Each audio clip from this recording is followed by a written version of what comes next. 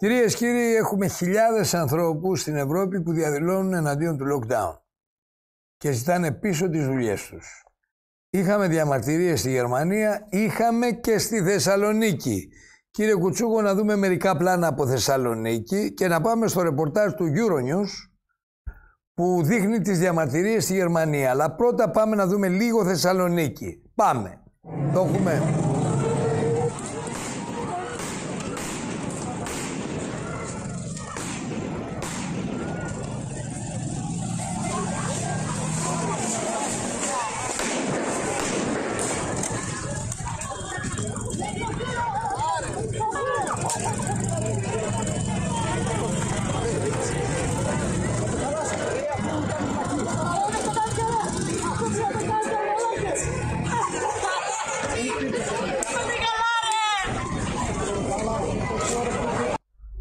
20.000 κόσμους συγκεντρωμένοι στη Λειψία κρατούν πανό και φωνάζουν συνθήματα κατά του lockdown και της καγκελαρίου Άγγελα Μέρκελ. Το κίνημα των Querdenker ή αντιστοχαστών εξαπλώνεται στη Γερμανία και αντιδρά στα περιοριστικά μέτρα κατά της εξάπλωσης του κορονοϊού. Επισήμως επιδίωξή του είναι η υπεράσπιση θεμελιωδών δικαιωμάτων που προβλέπονται από το Γερμανικό Σύνταγμα. Ωστόσο, στην πράξη, η ομπρέλα του έχει δώσει κάλυψη σε συνωμοσιολόγους τόσο της άκρας δεξιάς όσο και της άκρας αριστεράς, με κοινογνώρισμα την άρνηση της ύπαρξης του νέου κορονοϊού και την επιθετική στάση προς όσους διαφωνούν μαζί τους. Την ίδια ώρα η Ελλάδα ζει για δεύτερη φορά την καθολική απαγόρευση κυκλοφορίας. Οι μικρές διαφορές σε σχέση με το lockdown του Μαρτίου δεν αλλάζουν το γεγονός ότι οι κάτοικοι θα πρέπει ξανά να μείνουν σπίτι για να μείνουν ασφαλείς, να στέλνουν SMS για να μετακινηθούν και αναγκαστικά να δουν πολλά που θεωρούσαν δεδομένα να αλλάζουν. Τα νέα μέτρα της κυβέρνησης κατέστρεψαν εντελώς τη δουλειά μας. Βλέπετε κι εσείς, κανένας δεν είναι εδώ για να πάρει ταξί. Πρόκειται για μια μεγάλη οικονομική κρίση για τους Έλληνες. Πιστεύω πως σύντομα, τον επόμενο χρόνο ή και τους επόμενους μήνες, θα βλέπετε ανθρώπους να καταραίουν μέσα στους δρόμους. Στόχος της κυβέρνησης στην Ελλάδα είναι τα μέτρα να αρθούν σταδιακά από 1η Δεκεμβρίου, ωστόσο με βάση και τα νούμερα, οι επιστήμονες φοβούνται ότι το lockdown θα παραταθεί. Κυρίες και κύριοι, όπως ένας ιός, όπως ο COVID-19, απλώνεται η μαζική λαϊκή αντίδραση σε όλες τις χώρες της περιοχής των Εσπερίδων, της περιοχής της Γυραιάς Υπήρου. Το ίδιο και στην Αμερική, όπου θα γίνει χαμός. Το ίδιο παντού σε όλο τον πλανήτη. Γιατί όλοι έχουν καταλάβει ότι δισεκατομμύρια κερδίζει μόνο η Silicon Valley και όλοι αυτοί οι δισεκατομμυριούχοι που μένουν στις επαύλεις τους. Στο LA, στην Καλιφόρνια, στη Φλόριδα. Πάμε να ακούσουμε τι λέει ο κύριος Ράινερ Φούλμιτς. Θέλω να το δείτε όλοι. Είναι ο επικεφαλής Γερμανοαμερικανός δικηγόρος που έχει καταθέσει διεθνή μήνυση για τις βλάβες που υπέστησαν οι επιχειρήσεις και γενικά οι άνθρωποι από το lockdown. Πάμε να ακούσουμε αυτόν τον άνθρωπο. Θέλω να τον ακούσετε, να τον δείτε. Πάμε. And for this reason, I will now explain to you how and where an international network of lawyers will argue this biggest tort case ever, the Corona fraud scandal, which has meanwhile unfolded into probably the greatest crime against humanity ever committed. Crimes against humanity were first defined in connection with the Nuremberg trials, after World War II that is, when they dealt with the main war criminals of the Third Reich. Crimes against humanity are today regulated in Section 7 of the International Criminal Code. The three major questions to be answered in the context of a judicial approach to the Corona scandal are: 1. Is there a Corona pandemic, or is there only a PCR test pandemic? Specifically, does a positive PCR test result mean that the person tested is infected with COVID-19, or does it mean absolutely nothing in connection with the COVID-19 infection? 2. Do the so-called anti-corona measures, such as the lockdown, mandatory face masks, social distancing, and quarantine regulations serve to protect the world's population from corona? Or do these measures serve only to make people panic so that they believe, without asking any questions, that their lives are in danger, so that in the end, the pharmaceutical and tech industries can generate huge profits from the sale of PCR tests, antigen and antibody tests, and vaccines, as well as the harvesting of our genetic fingerprints? And 3, is it true that the German government was massively lobbied, more so than any other country, by the chief protagonists of this so-called corona pandemic, Mr. Drosten, virologist at Charité Hospital in Berlin, Mr. Wheeler, veterinarian and head of the German equivalent of the CDC, the RKI, and Mr. Tedros, head of the World Health Organization, or WHO, because of Germany is known as a particularly disciplined country and was therefore to become a role model for the rest of the world for its strict and, of course, successful adherence to the corona measures. Answers to these 3 questions are urgently needed because the allegedly new and highly dangerous coronavirus has not caused any excess mortality anywhere in the world, and certainly not here in Germany. But the anti-corona measures, whose only basis are the PCR test results, which are in turn all based on the German Drosten test, have, in the meantime, caused the loss of innumerable human lives and have destroyed the economic existence of countless companies and individuals worldwide. In Australia, for example, people are thrown into prison if they do not wear a mask or do not wear it properly as deemed by the authorities. In the Philippines, people who do not wear a mask or do not wear it properly in this sense are getting shot in the head. Let me first give you a summary of the facts that they present as they present themselves today. The most important thing in a lawsuit is to establish the facts, that is, to find out what actually happened. That is because the application of the law always depends on the facts at issue. If I want to prosecute someone for fraud, I cannot do that by presenting the facts of a car accident. So what happened here regarding the alleged corona pandemic? The facts laid out below are to a large extent the result of the work of the Corona Investigative Committee.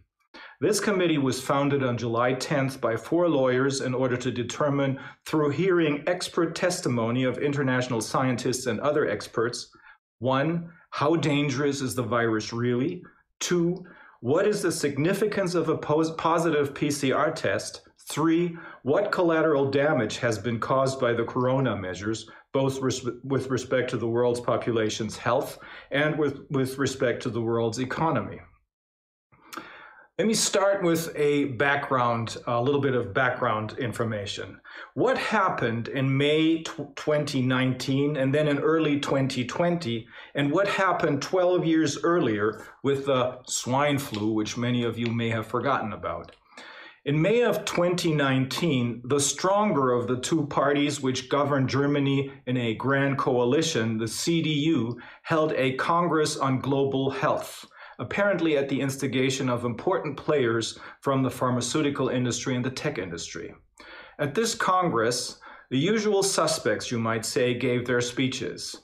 Angela Merkel was there and the German Secretary of Health, Jens Spahn.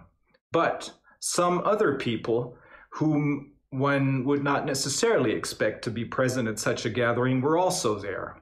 Professor Drosten, virologist from the Charité Hospital in Berlin, Professor Wheeler, veterinarian and head of the RKI, the German equivalent of the CDC, as well as Mr. Tedros, philosopher and head of the World Health Organization, WHO.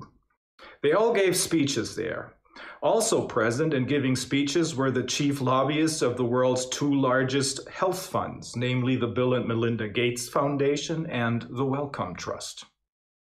Less than a year later, these very people called the shots in the proclamation of the worldwide corona pandemic, made sure that mass PCR tests were used to prove mass infections with COVID-19 all over the world, and are now pushing for vaccines to be invented and sold worldwide. These infections, or rather the positive test results that the PCR tests delivered, in turn became the justification for worldwide lockdowns, social distancing, and mandatory face masks. It is important to note at this point that the definition of a pandemic was changed 12 years earlier. Until then, a pandemic was considered to be a disease that spread worldwide and which led to many serious illnesses and deaths. Suddenly, and for reasons never explained, it was supposed to be a worldwide disease only. Many serious illnesses and many deaths were not required anymore to announce a pandemic. Now let's take a look at the current actual situation regarding the virus's danger, the complete uselessness of PCR tests for the detection of infections, and the lockdowns based on non-existent infections. In the meantime, we know that the healthcare systems were never in danger of becoming overwhelmed by COVID-19. On the contrary, many hospitals remain empty to this day, and some are now facing bankruptcy. The hospital ship Comfort, which anchored in New York at the time and could have accommodated 1,000 patients, never accommodated more than some 20 patients. Nowhere was there any excess mortality. Studies carried out by Professor Ioannidis and others have shown that the mortality of corona is equivalent to that of the seasonal flu. Even the pictures from Bergamo and New York that were used to demonstrate to the world that panic was in order proved to be deliberately misleading. Then, the so-called panic paper was leaked, which was written by the German Department of the Interior. Its classified content shows beyond a shadow of a doubt that, in fact, the population was deliberately driven to panic by politicians and mainstream media.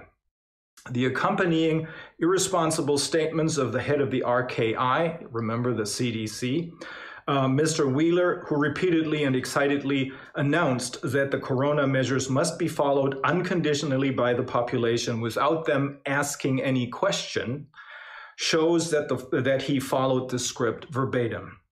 In his public statements, he kept announcing that the situation was very grave and threatening, although the figures compiled by his own institute proved the exact opposite. Among other things, the panic paper calls for children to be made to feel responsible, and I quote, for the painful, tortured death of their parents and grandparents if they do not follow the corona rules. That is, if they do not wash their hands constantly and don't stay away from their grandparents. A word of clarification. In Bergamo, the vast majority of deaths, 94% to be exact, turned out to be the result not of COVID-19, but rather the consequence of the government deciding to transfer sick patients, sick with probably the cold or seasonal flu, from hospitals to nursing homes in order to make room at the hospitals for all the COVID patients who ultimately never arrived. There, at the nursing homes, they then infected old people with a severely weakened immune system, usually as a result of pre-existing medical conditions. In addition, a flu vaccination, which had previously been administered, had further weakened the immune systems of the people in the nursing homes. In New York, only some, but by far not all hospitals were overwhelmed. Many people, most of whom were, again, elderly and had serious pre-existing medical conditions, and most of whom, had it not been for the panic mongering, would have just stayed at home to recover, raced to the hospitals. There, many of them fell victim to healthcare-associated infections or nosocomial infections on the one hand, and incidents of malpractice on the other hand. For example, by being put on a respirator rather than receiving oxygen through an oxygen mask. Again, to clarify, COVID-19, this is the current state of affairs, is a dangerous disease, just like the seasonal flu is a dangerous disease. And of course, COVID-19, just like the seasonal flu, may sometimes take a severe clinical course and will sometimes kill patients.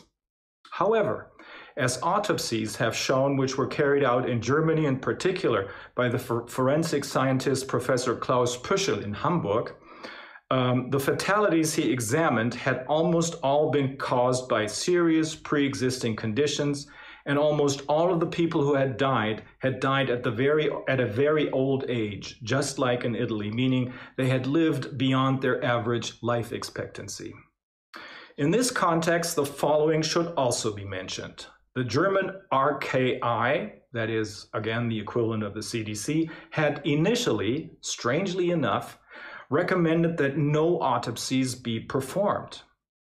And there are numerous credible reports that doctors and hospitals worldwide had been paid money for declaring a deceased person a victim of COVID-19 rather than writing down the true cause of death on the death certificate, for example, a heart attack or a gunshot wound.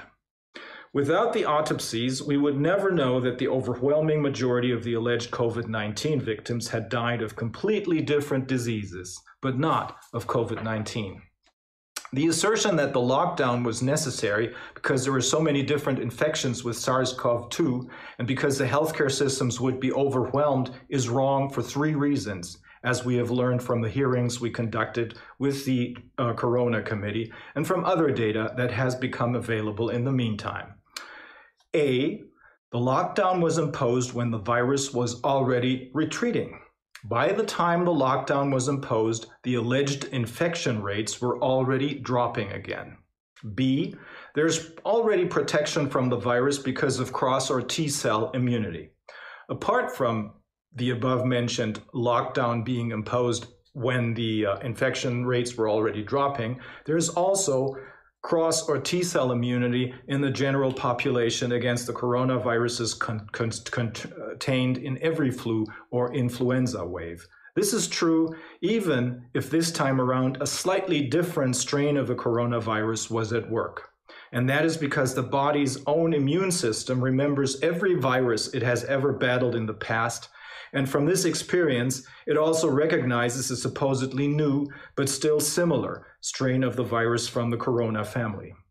Incidentally, that's how the PCR test for the detection of an infection was invented by now infamous Professor Drosten. At the beginning of January of 2020, based on this very basic knowledge, Mr. Drosten developed his PCR test, which supposedly detects an infection with SARS-CoV-2.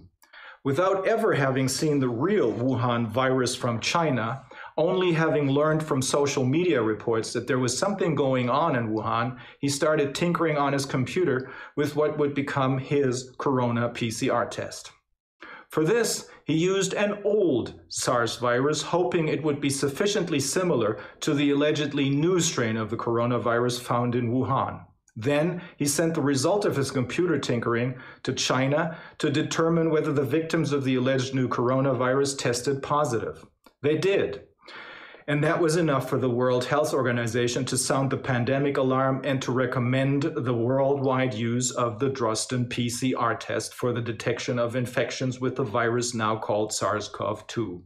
Drosten's opinion and advice was, this must be emphasized once again, the only source for the German government when it announced the lockdown, as well as the rules for social distancing and the mandatory wearing of masks. And this must also be emphasized once again, Germany apparently became the center of especially massive lobbying by the pharmaceutical and tech industry because the world, with reference to the allegedly disciplined Germans, should do as the Germans do in order to survive the pandemic. C. And this is the most important part of our fact-finding. The PCR test is being used on the basis of false statements, not based on scientific facts with respect to infections.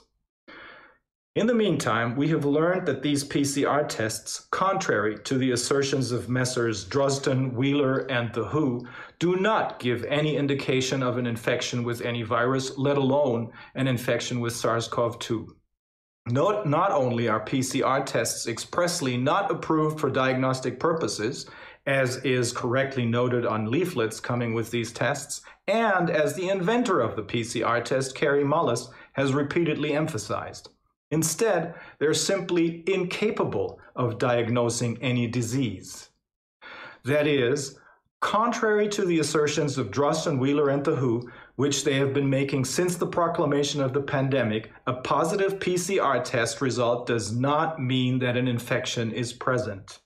If someone tests positive, it does not mean that they're infected with anything, let alone with the contagious SARS-CoV-2 virus. Even the United States CDC, even this institution agrees with this, and I quote directly from page 38 of one of its publications on the coronavirus and the PCR tests dated July 13th, 2020.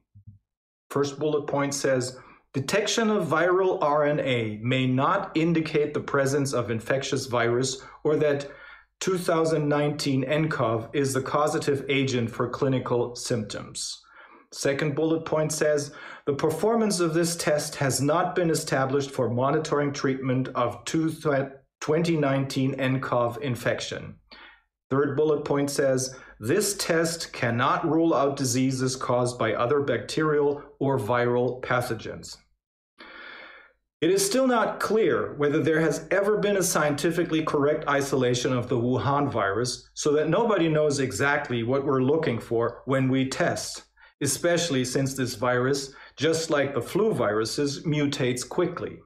The PCR swabs take 1 or 2 sequences of a molecule that are invisible to the human eye and therefore need to be amplified in many cycles to make it visible.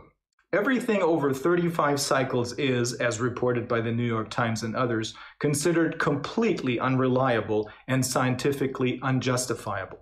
However, the Dresden test, as well as the WHO recommended test that followed his example, are set to 45 cycles. Can that be because of the desire to produce as many positive results as possible and thereby provide the basis for the false assumption that a large number of infections have been detected? The test cannot distinguish inactive and reproductive matter. That means that a positive result may happen because the test detects, for example, a piece of debris, a fragment of a molecule, which may signal nothing else than that the immune system of the person tested won a battle with a common cold in the past. In short, this test cannot detect any infection, contrary to all false claims stating that it can. An infection, a so-called hot infection, requires that the virus, or rather a fragment of a molecule, which may be a virus, is not just found somewhere, for example, in the throat of a person without causing any damage. That would be a cold infection.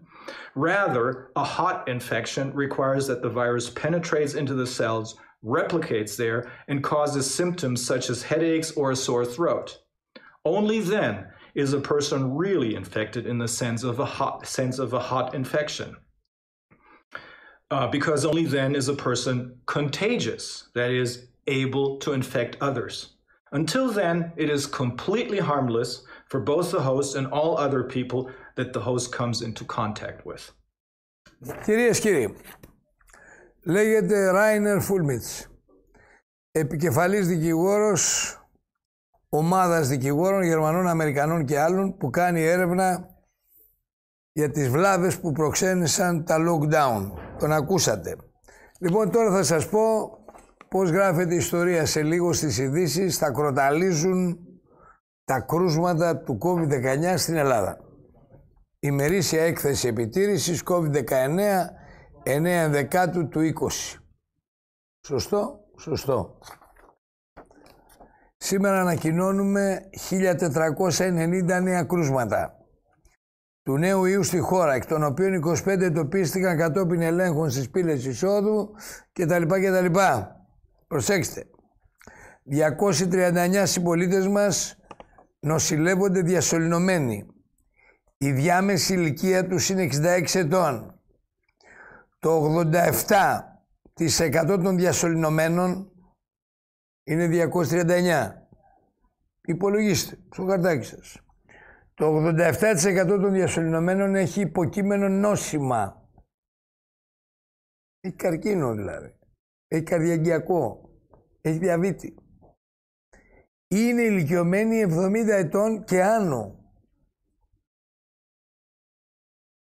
329 ασθενείς έχουν εξέλθει από τις ΜΕΘ. Προσέξτε τώρα κάτι άλλο, γιατί σας είπα, δεν είναι ανάγκη να μας τρελάνουν, έτσι. Τουλάχιστον να τους πάρουμε είδηση, να τους χαζεύουμε.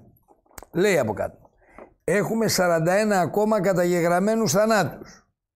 Θα κροταλίζουν μέχρι αργά το βράδυ τα δελτία ειδήσεων και οι τηλεοράσεις. Προσέξτε. Και 825 συνολικά στη χώρα. Η χώρα έχει πάνω από 100.000 θανάτους από καρκίνο και καρδιαγγειακά. Ανάποδα, από καρδιαγγειακά και καρκίνο. Προσέξτε. Σήμερα είχαμε 41 θανάτους.